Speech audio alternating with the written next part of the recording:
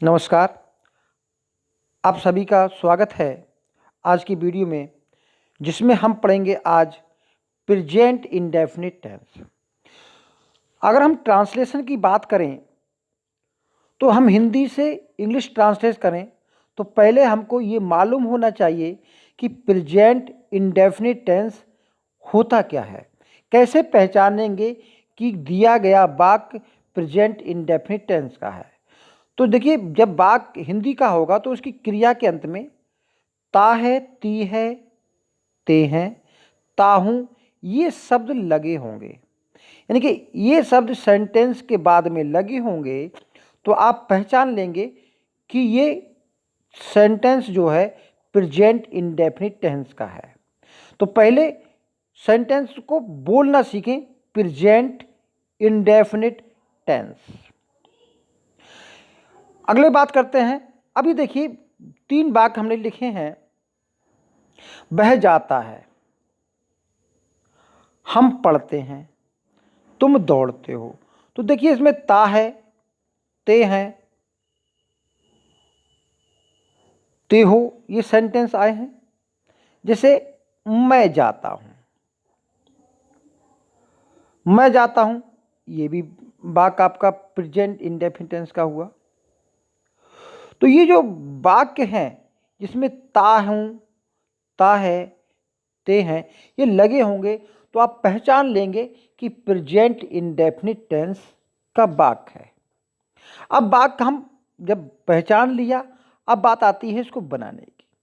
तो बनाने के नियम को हम, जो बनाने के नियम हैं उसको जानने से पहले हम ये जान लें कि हमारी जो है क्रिया क्या होती है। देखिए, अगर इंग्लिश का सेंटेंस है तो उसमें सब्जेक्ट, वर्ब और ऑब्जेक्ट, ये एक इंग्लिश के सेंटेंस का क्रम बना होता है। इस क्रम को बच्चों हमेशा ध्यान रखना। केवल क्रिया का कर्ता के अनुसार रख देना अपने आप में सेंटेंस बन जाता है। यानी कि सब्जेक्ट जैसा होगा उसके अनुसार क्रिया रख दें। तो जरूरी है कि हम क्रिया तो जान लें। अगर हम क्रिया पहचान लेते हैं कि क्रिया होती क्या है, देखिए नए बच्चों के लिए जो क्रिया क्या होती है, अगर उसको पहचान लें, वर्ब क्या होती है उसको पहचान लें, तो हम सेंटेंस बना देंगे। तो देखिए, हमने एक किताब का यहाँ फोटो चिपकाया हुआ है। तो देखिए, यहाँ पर दिया गया है, ये है आपकी क्रिया की फर्स्ट फॉर्म, सेकंड फॉर्म और थर्ड फॉर्म। ये क्रिया की 3 फॉर्म इसमें दी गई हैं। अब हमने लगभग सभी बच्चों ने क्रिया की फर्स्ट फॉर्म जरूर सुनी होती है। खाना पीना, सोना उठना, नहाना धोना, जो हम एक्शन करते हैं अपने हाथों से, वो सब क्रियाएं होती हैं। देखिए, हम कुछ क्रियाएं पढ़ लेते हैं। कम, कम माने आना। गो, गो माने जाना। रन, रन माने दौड़ना। राइट, राइट माने लिखना। रीड, रीड माने पढ़ना। टीच, टीच माने पढ़ाना। बाई, बाई माने खरीदना। सेल माने बेचना होता है। और ईट का मीन होता है खाना, जिसको हम ईटिंग करते हैं। ड्रिंक माने पीना और से माने कहना। ये सब क्रिया की फर्स्ट फॉर्म है।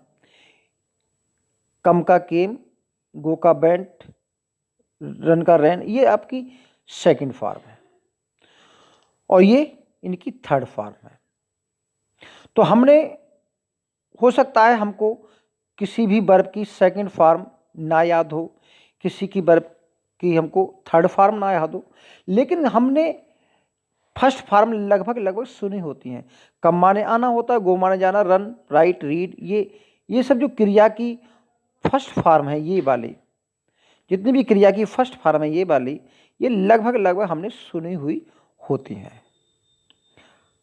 अब देखिए, बात करते हैं, जब मैंने ये फॉर्म सुनी है तो प्रेजेंट इंडेफिनिट जो टेंस होता है, प्रेजेंट इंडेफिनिट टेंस होता है, वो यही वर्ब लगती है उसमें। क्या लगती है?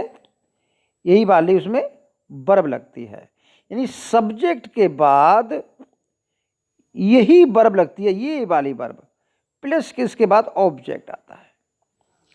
समझ रहे हैं? इतना मोटे तौर पे आप समझने की कोशिश कीजिए। अब हम इससे पहले कर्ता लगा देते हैं। आई कम, जैसे हम एग्जाम्पल के लिए यहाँ आई लगा दें। आई कम, मैं आता हूँ। आई गो, मैं जाता हूँ।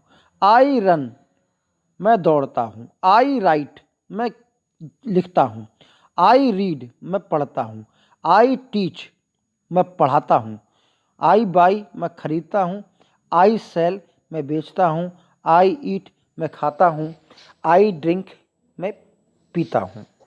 आई से, मैं कहता हूँ। यानी कि हमने हर सब्जेक्ट के पहले आई लगाया है, तो इसका मतलब मैं आता हूँ, मैं जाता हूँ, मैं खाता हूँ, मैं पीता हूँ, मैं दौड़ता हूँ, ये सब लग जाएगा। इतनी बात हमारी समझ रहे होंगे।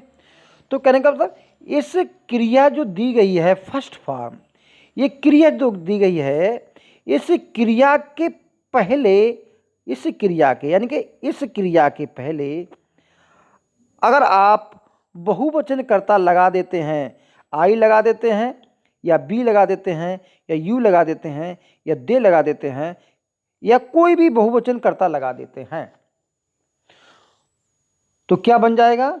ये प्रेजेंट इंडेफिनिट टेंस का वाक्य बन जाएगा। एक बार फिर समझिए, ये जो क्रियाएं दी गई हैं वर्ब की फर्स्ट फॉर्म, ये जो है इसके आगे अगर आप कोई सा भी बहुवचन कर्ता लगा देते हो, कोई सा भी, आई लगा दो, बी लगा दीजिए, यू लगा दीजिए, दे लगा दीजिए या कोई भी बहुवचन कर्ता लगा दीजिए, जैसे बहुत सारे लड़के,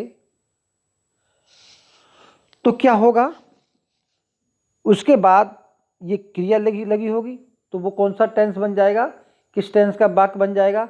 वो बन जाएगा प्रेजेंट इंडेफिनिट टेंस का वाक्य। तो नियम क्या कहता है? नियम कहता है प्रेजेंट जो इंडेफिनिट होता है वो होता है बराबर वर्ब की फर्स्ट फॉर्म, वर्ब की फर्स्ट फॉर्म। यानी कि वर्ब की फर्स्ट फॉर्म से पहले कोई भी सब्जेक्ट लगा है, इसका मतलब है वो प्रेजेंट इंडेफिनिट टेंस हुआ। यहां तक समझ में आ गया होगा सारे बच्चों को। ठीक, अब हम थोड़ा सा और आगे बढ़ते हैं। ये क्रियाएं दी गई हैं, इनको आप देखिए, ये क्रियाएं दी गई हैं, ये आप याद कर लेना। ठीक है, अगली बात, अब अफर्मेटिव सेंटेंस की बात करते हैं। अफर्मेटिव सेंटेंस क्या होता है?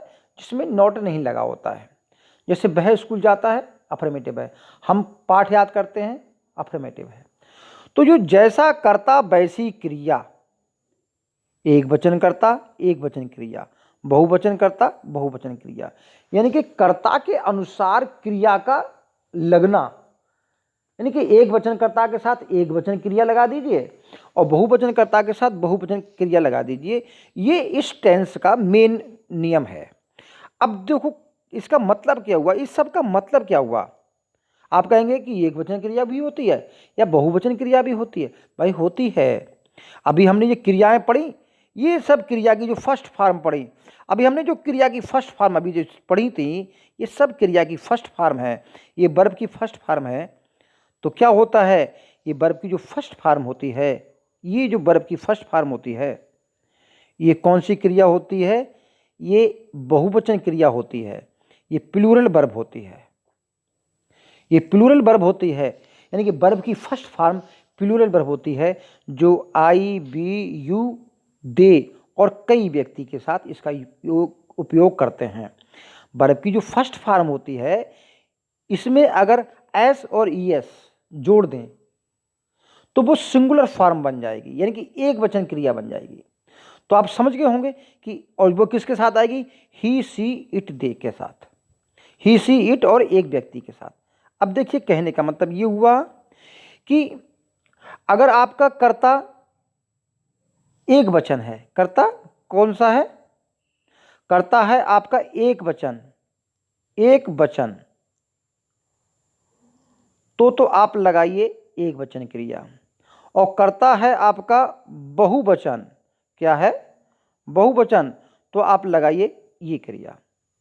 बहुवचन हो और आई हो, आई और प्लस बहुवचन क्रिया हो, बहुवचन कर्ता हो, तो उसके साथ ये लगा दीजिए और एक वचन कर्ता मतलब ही सी इट और एक व्यक्ति, तो ये क्रिया लगा दीजिए। अब देखिए हम सेंटेंस बनाते हैं। अभी तो हमने सेंटेंस जो बनाए थे यही तो कहा था, मैं पढ़ता हूं। मैं पढ़ता हूं तो क्या बना आपका, आई रीड। तुम पढ़ते हो, यू रीड। हम पढ़ते हैं, वी रीड। वे पढ़ते हैं, दे रीड। और हम कहें लड़के पढ़ते हैं, लड़के पढ़ते हैं तो क्या हो जाएगा, द बॉयज रीड। तो समझ रहे हैं, एक वचन कर्ता और आई के साथ क्रिया की फर्स्ट फॉर्म आ रही है। देखो समझ गए होगे। अच्छा, और अगर कर्ता आपका सिंगुलर है, एक वचन है, तो देखिए एस जोड़ देते हैं, एस जोड़ देते हैं। तो वह पढ़ता है, ही रीड्स। एक लड़का पढ़ता है, आप बॉय रीड। समझ रहे हो। अगली बात करते हैं और इसके आगे पढ़ लेते हैं ये बात। सेंटेंस हमारा इतना ही लंबा थोड़ी ना होता है भाई, छोटा थोड़ा ना, बड़ा भी होता है। तो हम करते क्या हैं, तो उसके लिए करते हैं मैं पढ़ता हूं, आई रीड। मैं एक किताब पढ़ता हूं, किताब पढ़ता हूं तो यहां आई रीड ए बुक हो जाएगा। मैं एक पत्र पढ़ता हूं, जैसे यहां पर मैं पढ़ता हूं लिखा है तो आई रीड। मैं किताब पढ़ता हूं तो आई रीड ए बुक। अगर इसमें लिखता मैं एक पत्र पढ़ता हूं तो आ लेटर हो जाएगा, यह लेटर जुड़ जाएगा। यानी कि उस जो बाद की बात है, क्रिया जो मांग कर लेती है, यानी कि जो ऑब्जेक्ट होता है वो बाद में आता है। तो क्या हो जाएगा, तुम पढ़ते हो, यू रीड। तुम एक पत्र पढ़ते हो, यू रीड ए लेटर। तुम समाचार पत्र पढ़ते हो तो यू रीड अ न्यूज़पेपर। यानी कि ऑब्जेक्ट तो बाद में जुड़ जाएगा, अलग बात है, लेकिन हमारा जो सेंटेंस में संबंध है वो कर्ता और क्रिया का संबंध है। अगली बात, अब हम बात करते हैं। तो पता लग गया, देखो पता लग गया होगा आपको, बहुवचन कर्ता यानी कि प्लूरल सब्जेक्ट, प्लूरल वर्ब। तो वर्ब की first form plural, singular subject, singular verb. समझ रहे होंगे। अगली बात, अब बात करते हैं इसी टेंस के नेगेटिव वाक्य की। अब नेगेटिव वाक्य क्या होता है, जिसमें नोट लगा होता है। तो देखिए अभी हम क्या कर रहे थे, जब नेगेटिव बनाएंगे तो देखिए या तो डू नॉट लगाएंगे जब प्लूरल होगा, या डज नॉट लगाएंगे जब सिंगुलर होगा। और इनके बाद क्या करेंगे, वर्ब की फर्स्ट फॉर्म, ये तो इस टेंस में लगती ही है। तो जो आप कहोगे डू डज, तो ये सिंगुलर और ये प्लूरल यहां पर आ जाता है। समझ गए होंगे। मैं नहीं पढ़ता हूं, आई डू नॉट रीड। हम नहीं पढ़ते हैं, वी डू नॉट रीड। तुम नहीं पढ़ते हो, यू डू नॉट रीड। वे नहीं पढ़ते हैं तो दे डू नॉट रीड। समझ गए इतनी बात। अगर यही सेंटेंस शब्द सिंगुलर होता, क्या होता, सिंगुलर सब्जेक्ट होता, तो क्या बनता, अब है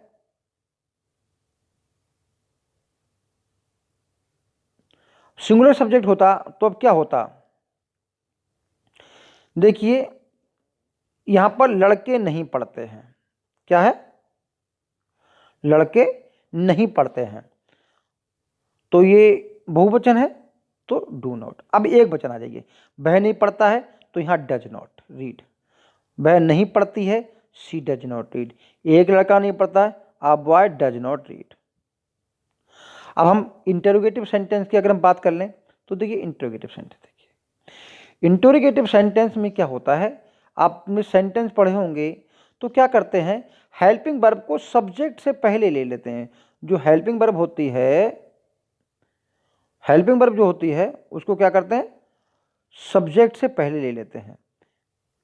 हेल्पिंग वर्ब को सब्जेक्ट से पहले, फिर वर्ब की फर्स्ट फॉर्म रखते हैं। तो इस टेंस में जो हेल्पिंग वर्ब होती है वो डू डज काम कर रही है। तो हमने क्या किया, क्या वाले वाक्य में डू डज कर्ता से पहले लेते हैं। तो क्या वह किताब पढ़ता है, does he read a book. क्या तुम किताब पढ़ते हो, do you read a book. तो डू डज को कर्ता से पहले लेते हैं, कर्ता के बाद फिर फर्स्ट फॉर्म रखते हैं। अगर प्रश्नवाचक शब्द वाक्य के बीच में होता है तो प्रश्नवाचक शब्द शुरू में ले लेते हैं। तुम कहाँ रहते हो, तो कहाँ की अंग्रेजी पहले, क्या की अंग्रेजी पहले, और उसके बाद डू, यानी कि क्वेश्चन वर्ड के बाद जो क्वेश्चन वर्ड होता है आप उसके बाद डू रखेंगे, या सिंगुलर सब्जेक्ट है तो डज रखेंगे। तुम कहाँ रहते हो, वेयर डू यू लिव। तुम क्या करते हो, व्हाट डू यू डू। ये मेन वर्ब है, ये वाली डू मेन वर्ब है, ये हेल्पिंग वर्ब है। अगर होता वह कहाँ जाता है तो ये सिंगुलर है, वह तो कहाँ के लिए क्या लगाएंगे, वेयर होती है, और फिर सिंगुलर है तो डज। अगर प्लूरल होता डू, जाता है, कौन जाता है, ही गो। अभी गोज नहीं आएगा क्योंकि गोज के लिए ईएस यहां पर आ गया है। तो उम्मीद कर रहे हैं ये सेंटेंस आपको समझ में आ गए होंगे। अब हम थोड़ा सा प्रैक्टिस और कर लेते हैं। देखिए थोड़ी सी प्रैक्टिस और कर लेते हैं। हम पढ़ते हैं, वी रीड, ठीक, ये तो बन रहा है। वह पढ़ता है तो ही रीड्स हो जाता है। अब यही सेंटेंस इतना ही नहीं रहता, अब जो ऑब्जेक्ट होता है वो जो है क्रिया मांग करती है, क्रिया ही तो मांग करेगी। वी रीड, हम पढ़ते हैं, क्या पढ़ते हैं भाई, ए बुक। हम समाचार पढ़ते हैं, a newspaper, newspaper. A letter, जो भी हम पढ़ते हैं वो उसके बाद में लिख देंगे, यानी ऑब्जेक्ट उसके बाद में आ जाएगा। तो कहने का मतलब है जो इंग्लिश सेंटेंस का स्ट्रक्चर हुआ सब्जेक्ट वर्ब ऑब्जेक्ट उसी के अनुसार रख देंगे तो आपका सेंटेंस बन जाएगा। तो समझ गए होंगे। अब आपको ये क्रिया याद करेंगे और क्रिया याद करने के बाद कर्ता के बाद ये रख देंगे, सिंगुलर बना के सिंगुलर कर्ता के साथ रखेंगे, और वरना ज्यों का त्यों रखेंगे तो प्लूरल कर्ता के साथ हो जाएगा। तो उम्मीद कर रहे हैं आपको प्रेजेंट इंडेफिनिट टेंस अच्छी तरह समझ में आ गया होगा। Thank you, all the best.